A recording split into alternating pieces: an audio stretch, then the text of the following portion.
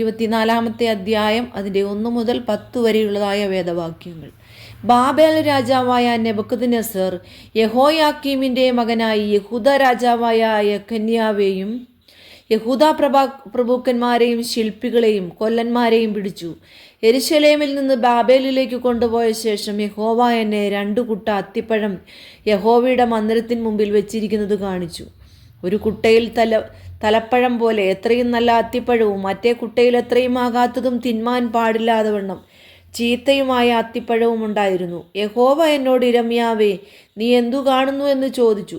അതിനു ഞാൻ, അത്തിപ്പഴം, നല്ല അത്തിപ്പഴം എത്രയോ നല്ലതും ആകാത്തതോ എത്രയും ആകാത്തതും തിന്നുകൂടാതെ വണ്ണം ചീത്തയുമാകുന്നു എന്ന് പറഞ്ഞു.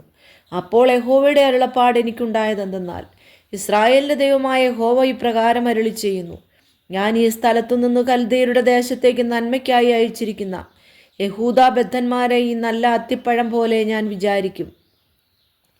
ഞാൻ എൻ്റെ ദൃഷ്ടി നന്മയ്ക്കായി അവരുടെ മേൽ വെച്ച് അവരെ ഈ ദേശത്തേക്ക് വീണ്ടും കൊണ്ടുവരും. ഞാൻ അവരെ പണിയും പൊളിച്ചു കളകയില്ല, അവരെ നടും പറിച്ചു കളകയുമില്ല. ഞാൻ യഹോവ എന്ന് എന്നെ അറിവാൻ തക്ക ഹൃദയം ഞാൻ അവർക്ക് കൊടുക്കും. അവർ എനിക്ക് ജനമായും ഞാൻ അവർക്ക് ദൈവമായും ഇരിക്കും.